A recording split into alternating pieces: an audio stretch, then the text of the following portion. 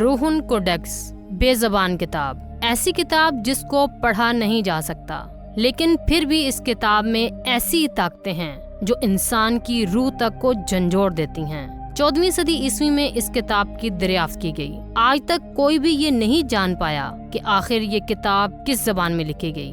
اس وجہ سے یہ کتاب انسانی تحریک کی کتابوں کا حصہ نہیں بن پائی۔ کچھ لوگ اسے ہزاروں سال پرانی روحانی کتاب بھی سمجھتے ہیں۔ اس کتاب کو پڑھنے کے لیے کئی لوگوں نے اور سائنسدانوں نے اپنی پوری طاقت لگا دی، لیکن ہر بار کتاب نے ان کو دھوکہ دیا۔ ماہرین جب سمجھے کہ وہ کتاب کو پڑھ سکتے ہیں تو کتاب نے ایک اور نیا راز کھول دیا، تو یہ معمہ مزید گہرا ہوتا گیا۔ آخر لوگوں نے اسے تہذیب کی کھوئی ہوئی کتاب کا آخری باب کہا، ایک ایسی تہذیب جو ظاہر ہونے سے پہلے ہی مٹ گئی۔